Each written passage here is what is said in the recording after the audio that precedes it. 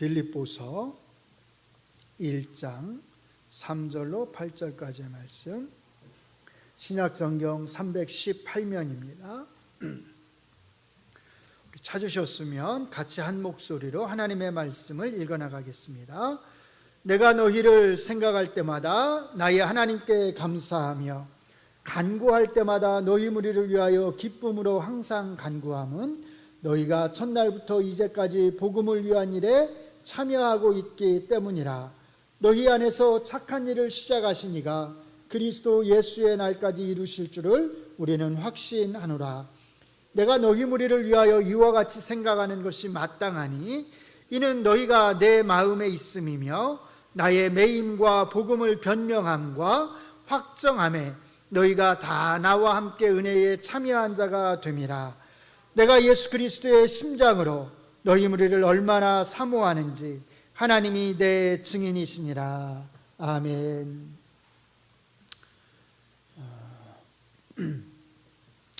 어제 노회 목사님들 모임이 있어서 나갔는데요. 여러분들도 이제 잘 아시는 우리 노회 목사님 중에 한 분이 오셔서 얼마 전에 이제 교회를 사임하시고 새롭게 개척을 준비하고 계신다는 말씀을 하셨습니다. 물론 교회를 얼마 전에 사임하셨다고 하는 것은 이제 익히 알고 있었습니다. 사실은 오랫동안 이제 너무 힘들어 하셨는데 결국은 사임을 하셔서 이것을 아는 이제 노회 모든 목사님들이 매우 안타까워 하셨습니다. 저희가 새벽 예배에서 전도서를 살펴보고 있는데요. 전도서에서 전도자는 이 세상에서 일어나는 이해할 수 없는 일들, 이제 조금 쉽게 표현하면 수수께끼 같은 일들에 대해서 많이 언급을 합니다. 그런데 저에게는 이제 교회 안에서 일어나는 이해할 수 없는 일 한 가지, 수수께끼 같은 일이 있습니다. 목회자와 성도들 사이의 갈등입니다. 물론 대개는 모든 성도들과의 갈등이 일어나는 경우는 굉장히 극히 드문 경우지요. 대개는 일부의 성도들과 목회자가 갈등을 겪게 됩니다. 그런데 문제는 결국 그러한 갈등이 문제가 되어서 목회자가 사임하게 된다는 겁니다. 이런 걸 지켜보면 정말 그야말로 참 수수께끼다, 그런 생각이 듭니다. 아마도 오늘 저희가 조금 전에 읽은 본문의 말씀은 교회 안에서 목회자와 성도가 어떤 관계를 맺어야 하는지에 대해서 우리에게 좋은 본보기가 될 수 있다고 생각합니다. 개인적으로 저는 이 빌립보서의 이 본문을 읽을 때마다 바울 사도와 빌립보 성도들이 맺고 있는 이런 관계, 이들이 맺고 있는 이런 관계를 가진 그런 목회를 정말 한번 해보고 싶다, 그런 생각을 늘 하게 됩니다. 저희가 주일에 살펴본 대로 먼저 바울 사도께서는 3절과 4절에 걸쳐서 자기 자신이 빌립보 교회의 성도들을 생각할 때마다 늘 기쁨으로 기도하면서 감사한다고 말합니다. 그리고 5절에서 그 이유를 설명하는데 너희가 첫날부터 이제까지 복음을 위한 일에 참여하고 있기 때문이다라고 그 이유를 설명합니다. 그러면서 6절에서는 빌립보 교회의 성도들에 대해서 자기 자신이 바울 사도께서 가지고 있는 한 가지 확신에 대해서 말합니다. 빌립보서 1장 6절을 우리가 같이 한 목소리로 한번 읽어보겠습니다. 시작. 너희 안에서 착한 일을 시작하시니가 그리스도 예수의 날까지 이루실 줄을 우리는 확신하노라. 여기서 착한 일은 5절의 표현으로 하면 복음을 위한 일에 참여하는 것이라고 말씀을 드렸습니다. 빌립보 교회 성도들이 물질을 모아서 그 물질을 통해 바울 사도의 복음 전도 사역에 동참한 것을 가리킨다고 말씀을 드렸습니다.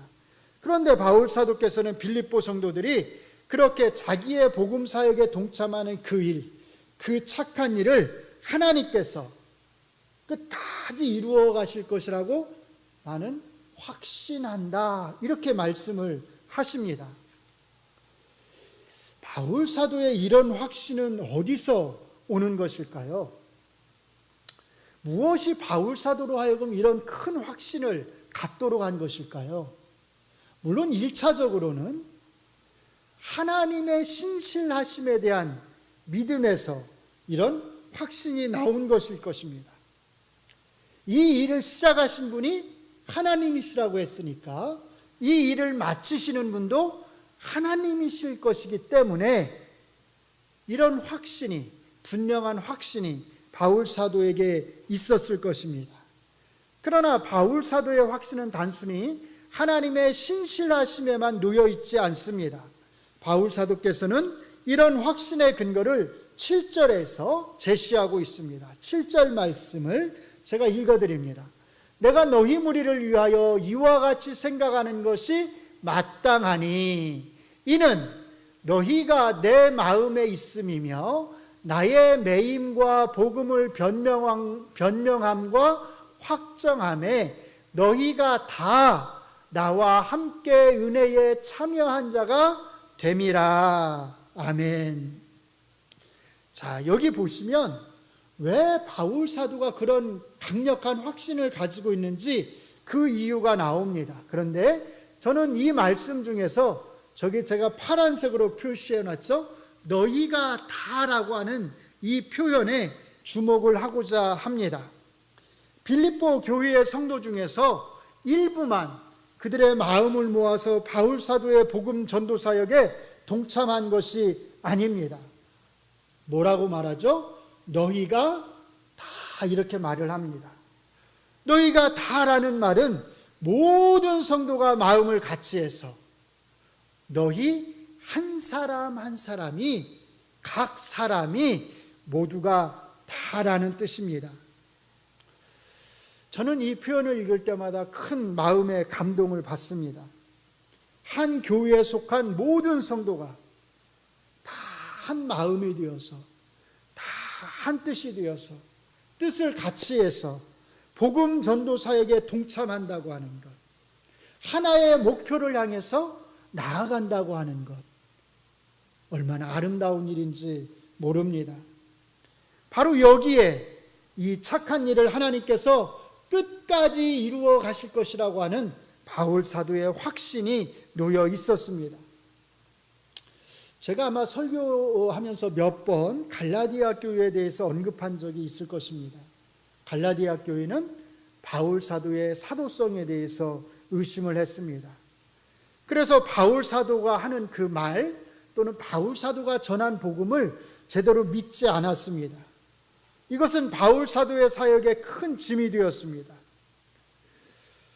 교회가 목회자의 말을 믿지 못하고 목회자를 신뢰하지 못할 때 그 교회는 어떻게 될까요? 아마 뻔할 것입니다. 그 교회는 분명히 문제가 일어나게 되어 있습니다. 분쟁이 생기게 되어 있고 떠나가는 성도들이 있게 되고 상처받는 성도들이 생겨나게 되어 있습니다. 그래서 갈라디아 교회도 역시 마찬가지였습니다. 많은 성도들이 교회를 떠나가고 있었습니다. 그런데 빌립보 교회의 성도들은 바울 사도의 신실함을 믿었습니다. 바울 사도가 하나님께서 세우신 사도라고 하는 것을 믿었습니다. 그리고 바울 사도가 당하는 그 모든 고난들이 하나님의 복음을 위한 고난이라고 하는 것을 굳게 믿었습니다. 그래서 모두가 다 한 마음으로 바울 사도의 복음 전도 사역에 동참했습니다. 이렇게 목회자를 신뢰하고 목회자를 믿고 그 목회자의 권위를 인정하는 교회는 흔들림이 없습니다. 갈라디아 교회에서는 성도들이 떠나가는 일이 발생했지만 빌립보 교회에서는 그런 일이 발생하지 않고 온 성도들이 한 마음이 되어서 복음을 전하는 일에 동참하고 교회를 세워나가는 일에 함께 했습니다. 바로 여기까지의 포커스는 바울 사도의 복음 전도 사역에 대한 빌립보 성도들의 적극적인 동참과 협력에 대한 이야기입니다. 그런데 이제 저희가 살펴볼 8절의 말씀은 조금 방향이 다릅니다. 8절의 말씀은 반대로 빌립보 성도들을 향한 바울 사도의 마음, 사랑에 그 초점이 맞추어져 있습니다. 1장 8절의 말씀을 우리가 같이 한 목소리로 한번 읽어보겠습니다. 시작. 내가 예수 그리스도의 심장으로 너희 무리를 얼마나 사모하는지 하나님이 내 증인이시니라. 아멘. 제가 주일날 오전에 서신서를 읽는 것은 역사서를 읽는 것하고는 다르다고 그랬잖아요. 한 단어, 어떤 하나의 표현, 아니면 문장 등등을 우리가 세심하게 잘 살펴야 된다고 말씀을 드렸습니다. 저는 이 구절을 읽을 때마다 늘 한 가지 표현에 완전히 꽂히게 됩니다. 어떤 표현일까요? 저기 빨간 글씨로 되어 있는 거.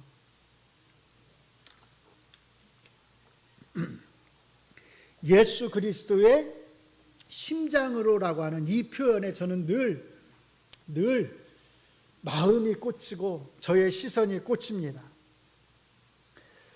여기서 심장으로 번역된 단어는 헬라어로 스플랑크논이라고 하는 건데 우리말로는 내장, 창자를 가리키는 겁니다. 사람들은 내장이, 창자가 감정의 좌소라고, 사람의 감정이 나오는 곳이 창자라고 생각을 했습니다. 그래서 우리말에도 견딜 수 없는 슬픔을 겪었을 때, 큰 아픔을 겪었을 때 뭐가 끊어진다고 그러죠? 창자가 끊어지는 아픔이라고 표현을 하잖아요. 그 비슷하게 생각하시면 됩니다. 그러니까 여기에서 창자라고 하는 말은 우리말로 그냥 심장, 아주 좋은 표현입니다. 또는 마음 같은 의미인데 저는 심장이 훨씬 더 그 의미를 잘 드러내고 있다고 생각합니다. 놀랍지 않나요? 저는 예전에 늘 이 구절을 읽을 때마다 궁금증이 있었습니다. 어떻게 바울 사도께서는 이런 엄청난 표현을 사용하실 수 있을까? 어떻게 예수 그리스도의 심장으로 내가 너희를 사랑한다고 그렇게 말씀을 하실 수 있을까? 도대체 바울 사도께서는 빌립보 교회의 성도들을 얼마나 사랑하시길래 예수 그리스도의 심장으로 사랑한다고 이렇게 담대하게 말씀을 하시는 것일까? 늘 궁금했었습니다. 그러면서 한편으로 좀 과장해서 하시는 말씀이 아닐까 그런 생각을 한 적도 있었습니다. 만약에 과장된 표현이 아니라면 바울 사도께서는 지금 우리가 흔히 하는 말로 뻥을 치고 계시는 것일까요? 과장된 것도 아니고 거짓말을 하는 것도 아니라면 도대체 어떻게 바울 사도께서는 예수 그리스도의 심장으로 이렇게 사랑한다고 담대하게 말을 할 수 있을까요? 그런데 우리가 이 8절의 말씀을 자세히 살펴보면 바울 사도께서는 지금 과장해서 말씀하고 있는 것임을 알 수 있습니다. 거짓된 마음으로 흔히 하는 말로 조금 뻥을 쳐서 이렇게 표현하고 있는 것이 아님을 알 수가 있습니다. 왜냐하면 내가 너희를 예수 그리스도의 심장으로 사랑한다라고 말씀하신 후에 그 다음에 곧바로 뭐라고 덧붙이지요? 누가 내 증인이다? 하나님이 내 증인이다. 이렇게 말씀을 하십니다. 하나님을 증인으로 내세우고 계십니다. 하나님을 증인으로 내세우고 있다면 이 표현은 과장일 수가 없습니다. 하나님을 증인으로 내세우고 있다면 이 표현은 거짓말일 수가 없습니다. 이 표현은, 이 말은 정말로 바울 사도에 있는 그 속마음, 그 진심을 담아서 하는 진정한 고백입니다. 그래서 우리는 다시 한번 묻게 됩니다. 도대체 어떻게 이런 고백이 가능할까? 그런데 우리가 바울 서신의 내용들을 잘 살펴보면 이런 고백이 결코 놀라운 일이 아님을 알 수 있습니다. 왜냐하면 바울 사도께서는 고린도후서 5장 17절에서 이렇게 말씀하고 있기 때문입니다. 읽어드립니다. 그런즉 누구든지 그리스도 안에 있으면 새로운 피조물이라. 이전 것은 지나갔으니 보라 새 것이 되었도다. 이것뿐만이 아닙니다. 갈라디아서 2장 20절에서는 바울 사도께서 이렇게도 말씀을 하십니다. 읽어드립니다. 내가 그리스도와 함께 십자가에 못 박혔나니 그런즉 이제는 내가 사는 것이 아니요 오직 내 안에 누가 사시는 것이라? 그리스도께서 사시는 것이라. 이 두 말씀을 한번 잘 합쳐보세요. 나는 완전히 새로운 피조물이 되었다라고 하는 말, 그리스도 안에서 나는 완전히 새로운 피조물이라고 하는 말씀과 나는 그리스도와 함께 십자가에 못 박혔고 이제는 그리스도께서 내 안에 사신다라고 하는 이 두 말씀을 한번 합쳐보세요. 그러면 어떤 결론이 나올까요?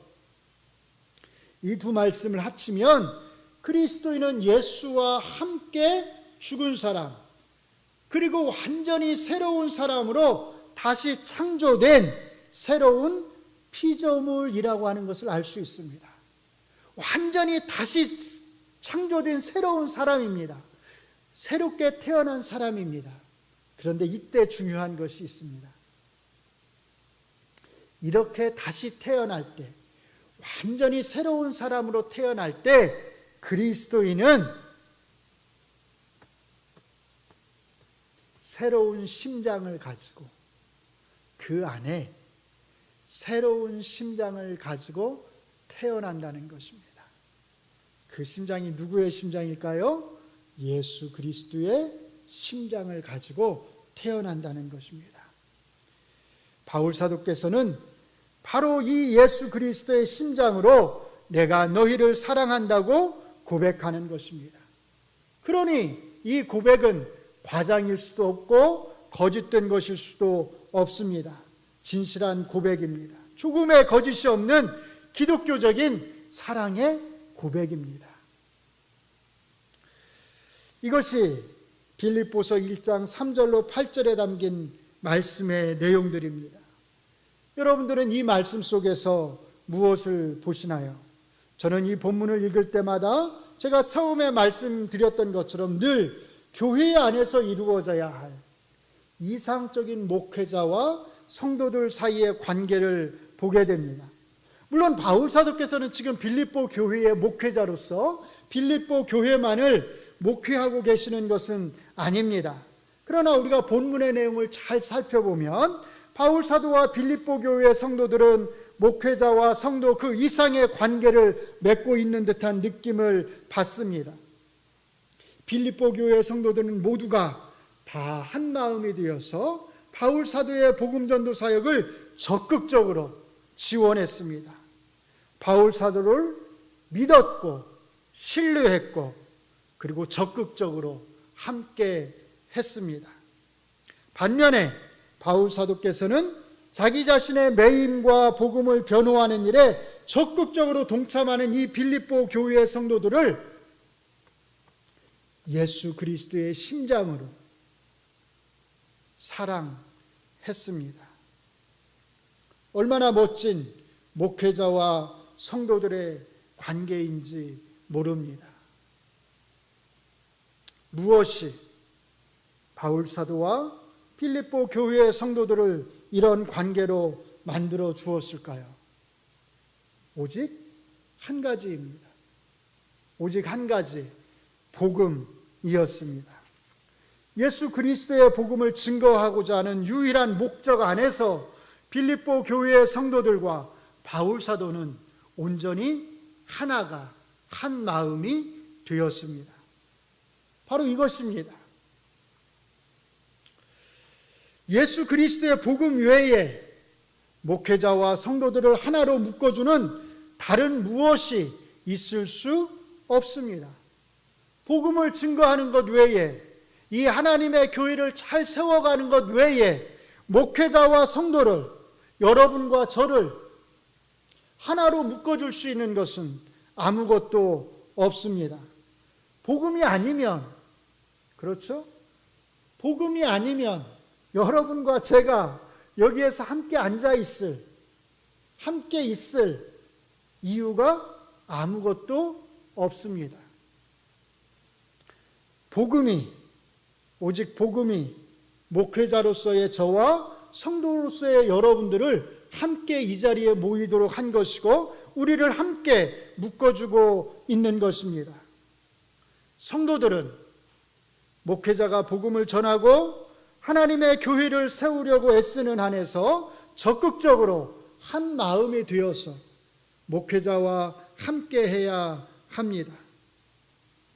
목회자가 하는 그 목회의 일에 있어서 적극적으로 그 수고와 그 고난을 함께 나눌 수 있어야 합니다. 목회자는 예수 그리스도의 심장을 가지고 성도들을 살피고 성도들을 긍휼히 여기고 성도들을 정말 진실로 사랑해야 합니다. 만약에 목회자의 마음에서 성도를 향한 이런 마음이 사라진다면 정말로 예수 그리스도의 마음을 가지고 성도들을 바라보는 그 마음이 사라진다면 그 목회자는 그 자리에서 내려와야 합니다. 예수 그리스도의 심장으로 성도들을 사랑하는 마음이 없이 단순히 생계를 위해서 먹고 살기 위해서 목회를 계속한다면 그 목회자는 사꾼 목회자일 수밖에 없습니다.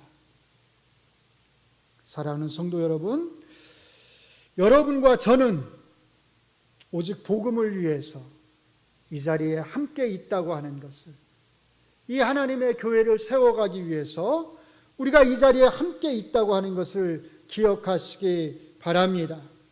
빌립보 교회의 성도들이 다 함께 한 마음으로 바울 사도의 복음 전도사에게 동참했듯이 여러분들이 모두 다 함께 한 마음으로 부족한 사람의 목회 사역에 동참해 주시기를 바랍니다.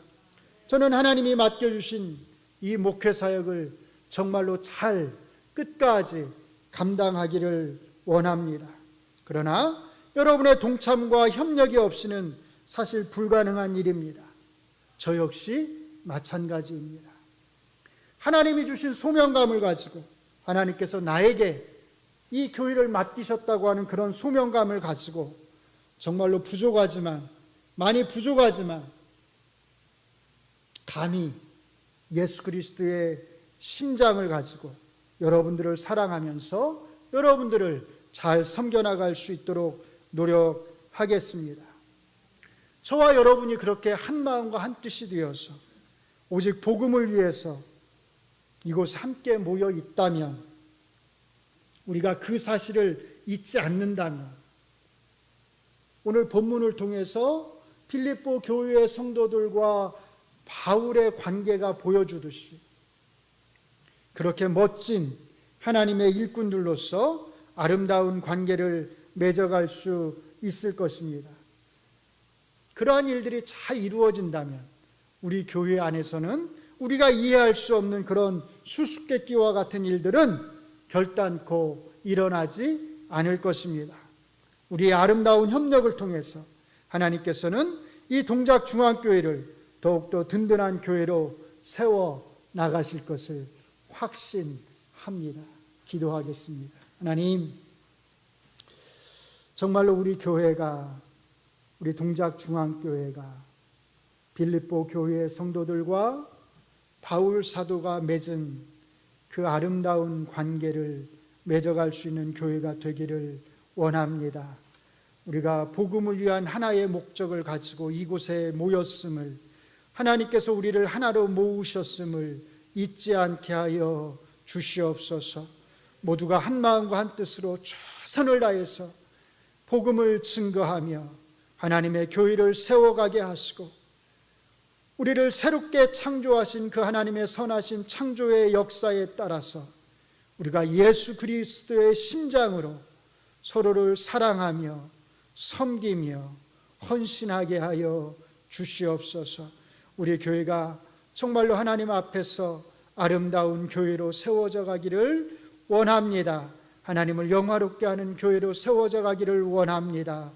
하나님께서 친히 이 교회를 우리 주 예수 그리스도께서 오시는 그날까지 인도하여 주시옵소서. 예수님 이름으로 기도합니다. 아멘.